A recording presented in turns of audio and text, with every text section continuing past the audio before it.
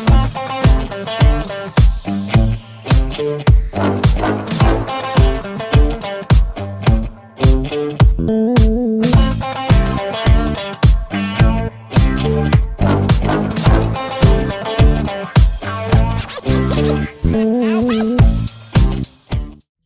evening, everybody. Welcome to Between the Covers. My name is Bradley Shaw.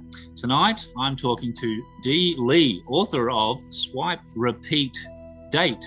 How are you, Dee? I'm fine, thanks. Good to be here. So tell everybody listening about this wonderful book you've written on, I think, what was it? At least a dozen dates you had on Tinder, is it? A dozen. Let's go close to 100, I'd have to say. But who's counting? Oh, my goodness me. So close to 100. So you've had quite a number of these dates, and you've written this book on the process of what's involved, or more so the experiences of the outcomes you had. It was mainly the experiences, over the years, because I have been on several dating sites over the years, and I remember going away one time with some friends, and they kept saying to me, you need to write a book about these experiences, because nobody can believe that they're actually true. But and if they hadn't happened to me, I wouldn't have believed that they were true either. But I've got phone receipts and I've got all sorts of things. So yeah, they did happen. Oh my goodness me! And this is like, you seem like a beautiful lady. You seem very intelligent. You're educated. I'm curious, why do you feel it's so difficult to find the perfect one? Do you think, is it yourself having standards? Is it them having no standards? What do you think is the issue that's making it go through this process? What have you learnt, I guess, for dating like this? It would have to be probably a little bit of everything. There were some people I thought, oh, this is not the one for me, or, they've thought that about me. And, I always had selection criteria. I kind of feel like it's dropping a little bit lately, because I'm thinking, hang on a minute, I hope there's not something wrong with me. I don't think there is. Well, that would be one of the questions, of course. So you'd have to start going, okay, it might be me after so many dates not having effect. But then you think, because you don't change generally, you stay the same sort of person to all the dates. So obviously the guys have variables that you're not connecting to. So when you say you have a list, is that what you do these days with dating? Is it like you tick off all the pieces of the person you want, or all the elements, and you say, yes, they have to be this, that, and the other, or I prefer this? Yeah. And then what, you're married up with the computer and they bring you out together, or? Well, the first thing you've got to do, obviously, you've got to see a photo that you find attractive. That's the first thing. So it's visual, yep. The usual, yeah. And then after that, sometimes they have a bit of a written bio, and a lot of the times the guys might write things, they're after a one night stand or someone to hang out with in lockdown or things like that. So they get the left swipe. It's the ones that sort of want something a little bit, I want something a little bit, substantial. Yeah. So, the last guy I actually went out with, we had a COVID date. We were walking in the park, and he actually just told me he just wanted someone for lockdown. And I went, okay, bye. Wow. Okay. I guess, do you think culturally we've changed that much, that there's that informalness of the traditional dating? Like, we don't have the care or the processes as we used to have. And then maybe, the quick and easy has become the norm, maybe. I'm not educated in dating, so. Oh, you're lucky you. No, 100%. Even, now, or not that we've been able to go out in quite some time, but just to go to a bar or, out anywhere, it's very difficult to meet people. And people don't interact with strangers that much anymore. Dating's unfortunately online completely in this stage. No. I mean, there's a safety element to it. I understand. I can see that you can guard, you can screen, you can mediate through a process of safety, without having to, physically go out and meet and date and make effort in a way. But it must be so frustrating when you do want to connect physically and mentally to people, take the next step offline, and that's the disappointment. So how did you qualify them? Not besides the picture, how did you feel? What was your criteria? Did you have one, or were you just looking for... Yeah, of course. I mean, when I look at certain things, being a teacher, I make sure that there's no spelling mistakes. That's the first thing that I check for, because if there is a spelling mistake, it's just a pet pet hate of mine. So that will be a left swipe. It does make me a little bit fussy, doesn't it? You sort of chat for a little while, and you know what I find a lot of males do, and this is annoying for me, that, you know, I'll ask them a question, you know, hey, what are you doing today? Oh, I've gone to work, full stop, that's it. What do you like doing? And then they'll answer your questions, but they won't ask for anything in return. So if they don't engage in conversation, so boys, if you're out there and you're listening, you've got to ask a question back. Make sure that you're engaged and not just answering the question, because it's a dead end. Yeah, for sure. Well, it's any conversation. They'll go, absolutely. I mean, anyone doesn't, you know, transact a conversational, you know, response. And not to mention the guys, if you're out there listening, don't worry, guys, if you're out there, you're in the book, don't worry. So tell us about the guys. So you went on a trip and you wrote, you were telling all your friends about this story, and then you decided to write this book. But why did you want to write it? Why did you want to what was your real message in this experience, besides the humor, which I must admit is and you know, the elements of these days? It started just for myself. You know, my friends kept saying to me, you should write a book, every time I tell one of those crazy stories that seemed a little bit unreal. But then I was talking to a friend of mine whose book that you've published, and I was telling her about it, and she said, well, she was going to let you know about it, and it sort of took off from there, didn't it? Because you guys called me, I didn't call you, which surprises she did me. drop you in. Yeah, she did drop you in. So you weren't thinking about publishing, it was just a writing, like a diary style writing, a journal Correct. of the events and experiences, but then you've sort of now stepped into publishing the book. What do you hope other readers out here in the world will take out of this book that you're going to share with them? Well, besides thinking they probably dated half the guys as well. Oh, I know. Could you imagine little girls club getting together going, yeah, I went out with chapter 3 and I went with chapter 5. It's actually happened, because I was at her friend's place and there was another girl there who's on online dating as well. And I was talking about a guy that I went with and described his profile picture, and she just said to me, OMG, I went out with him 6 months ago. She said we didn't click. And I went, okay, well, I had 2 dates with him, so neither did I. So must be him, not us. So you have second dates. So you think sometimes you want to try to make the effort to make them work, or see things and think, give them the benefit of the doubt. Was there a lot of that? Was there a lot of that need, like trying to, you know, because a lot of people are nervous on their first impression. Some people aren't good at dating, job interviews. People get nervous and they don't be themselves, or they be overconfident and they make themselves look like, you know, a bit of an idiot. So what did you find by thinking a second date, like, or a third? Look, sometimes you think, I don't know what others are like, but I'm a bit of a slow burn. You know, if I think that we're getting along okay and there's potential, we'll give it, you know, take 2, just in case, you know, there's something there. Well, most of the times there's not. You know, you've got to give a person a chance. And I agree. It's not always me rejecting. I've been rejected probably more times than, you know, I've done. So I don't know, it just depends. People want that.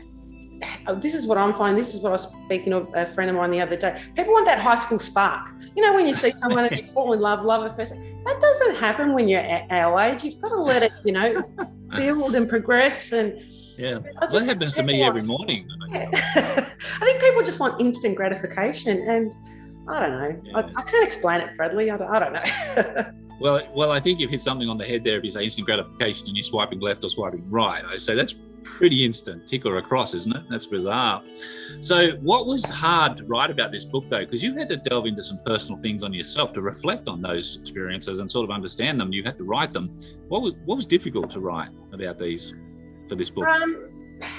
Look, honesty for me is I wanted to be as honest as I possibly could. Nothing's really been sugar-coated. The only thing is I've tried to explain things from my point of view, and you know, I like to have a bit of a gag, bit of a joke, so I do add in that humorous side in my writing.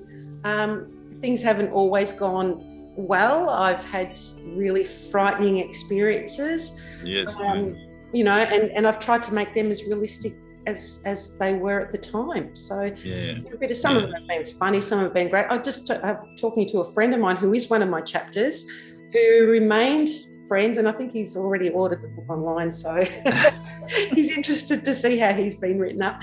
Oh dear, what's his name? Quick, we'll take his chapter out. But that's really good. That's good that some of them, have become friends. So what was, I guess, for you, not being a writer as such? Like this is a book you just sort of created based on experiences. But what was in the process of writing that was difficult? Did you have to develop a discipline? Did you have to understand the craft more? What did you find in the process of writing? Look, I've always been, I guess, a closet writer. I loved doing it when I was at school. And working in a school, I've noticed a lot of the techniques that the teacher's been teaching the children. And I've actually gotten some advice, and don't laugh at me, from the grade 6 teacher. So she's been giving me some advice on writing strategies. So that's grade 6 writing. Well, as you said, some of these guys probably need that too. So, Yeah. So what? I was going to say the power of 3 and the onomatopoeia and the synonyms and all the metaphors and all that sort of stuff that, I've included to make my writing just a little bit more interesting. Fantastic. Well done. And did you develop any little writer's quirks, like anything interesting? Like, did you find you were more comfortable, writing, sitting in a certain position or in a certain place, or even going to a cafe, or, listening to certain music, or, what sort of things did you find you sort of had to have happening around you? Well, a lot of my writing was done during lockdown. So I didn't have a great deal else to do. So I've got my laptop here and I'll do a bit of writing, and then I'll hop on the treadmill for 10 minutes and get my brain working again, and then just hop back on again and maybe swipe a few more times, see if there's anyone else out there. So you still have optimism. You're still on the cycle of doing this dating. You're still engaged in it. You can't. Your life is what you make it. So, if you're going to let everyone get you down, I know there's a few times when I've been chatting to males and then all of a sudden I'll go back the following day and they've deleted me. I mean, that's a little bit crushing to the ego. What have I done? What did I say? Is it, is it me? Is it you? Have you met someone else? But it is what it is. And, just having a bit of fun. I've had so many dinners bought for me, which is big. Hey, look at the positives. You got some meals out of it. That's probably good. Yeah. Do you have flowers, chocolates? Were any of them really romantic? Did they make an effort? Was there flowers or? Oh, there's been a couple that have given little gifts, which makes me think that, I've perhaps been their first or their second date, because gifts can become expensive. God, can you imagine if I was giving gifts out every time I went on? Broke. Well, now you can give them a signed copy of the book. On your next date, you can say, "Here, just take this away and read it, and you'll see no more about me." So having said that, so finding that you're still continuing to do the dating scenario, are you optimistic still? Are you hopeful, confident, or that you will find someone, that it will have a marriage? Will this be the course for you, or do you think it'll just happen while you're walking through the supermarket and you drop the butter and some guy is behind you? I mean, what do you hope happens in your life? Someone once said to me, and I think I've quoted this in the book, for every failed relationship that you have, you're one step closer to the one. So that's my thinking. I'm that one step closer. I've got to go through, I've got to kiss all these frogs to get to my prince. Oh my gosh, yeah, you're on a marathon. You're not on stepping. You're not doing steps now. No, 50 dates and more. Oh my goodness. So with this in mind, what are your plans for the next, writings or experiences? Are you hoping that you'll be able to tell a romantic closed love story where you find him and get married and have the courtships and? Well, since this, since I've finished this book, I've had several more dates that probably could have made really interesting chapters. But I'm thinking every time that I tell people about my book, everybody's got a story to tell, Bradley. And, I'll tell people and they'll be like, well, guess what's happened to me? So that's sort of... Well, wait till I tell you mine. Yes, that's right. Exactly. So that's kind of an idea that's sort of bubbling in my head. And maybe that's the next step. Maybe, not just my experiences, maybe somebody else's. And absolutely. You could be the guru of bad dating. Well, I've got to tell you about this last date that I went out with. Oh, please. I was going out with him about, maybe 6 weeks. And he invited me to his place. He lived quite far. So it would take me an hour to get there. It was a long time. And he asked me over for dinner. So he rang me during the day and he said, oh, I'm on my way to Dan Murphy's. What are you drinking? And I said, oh, I'll have a bottle of Prosecco. That'll be great. And he said, oh, I don't know which one you like. How about you bring your own? Okay. Get to his house. Yeah, I'll get to his house probably around 6 o'clock. And he says to me, oh, I've just, I've had a late lunch. I'm not hungry. We'll eat later. Yep, no problem. 7 o'clock comes around, 8, 9. By now, my stomach's doing the jig. I'm so hungry. And I said to him, are we going to order something to eat? We're going to get some, what are we doing? And he said, oh, the fish and chip shop up the road that I was going to get dinner at's closed now. And I said, well, that's okay. Let's Uber eat something or, menu log. And he said to me, oh, I don't have that stuff on my phone. He said, they steal all your information and all your bank details. He said to me, do you have it on your phone? I said, yeah, of course I do. He said, do you mind ordering the food? So he's invited me to his house. I've bought my own drinks. And you pay for it if you order it. Yeah, and his. That's a lot, mate. And his. And then he said, oh, I'll give you the money when it gets here. And he never did. He said, oh, I'll get dinner next time. But I never saw him again, so he owes me dinner. Oh, my goodness me. Wow. I mean, that's very audacious, isn't it? I mean, I'm old school, I'm a little more, depending who you talk to, not Jody, but most times I'm fairly romantic. And I'm a bit more old school, you lift the chair, you do the jacket, you open the doors, you walk holding hands and you talk and you listen, so, but, oh, not wow, much I can't believe. There is some, look, I'm not going to say there's not, but yeah, that's.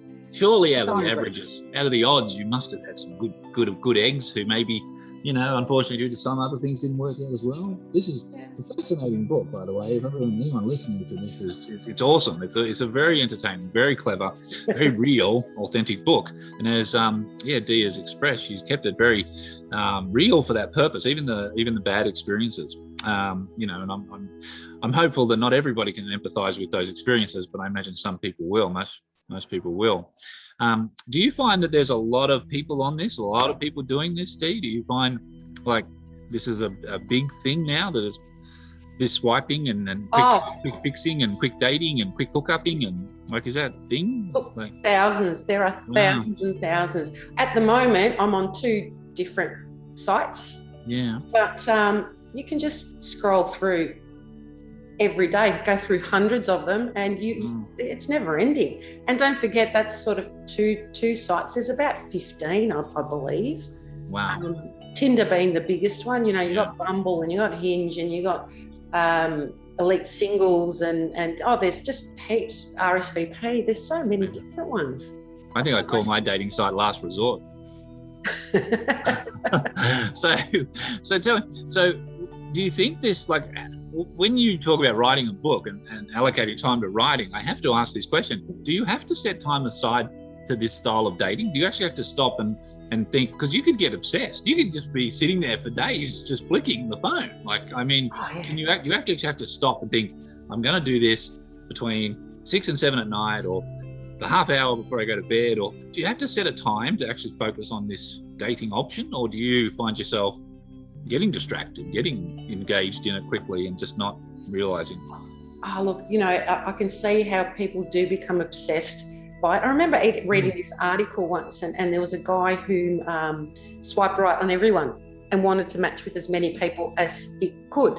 Play the odds.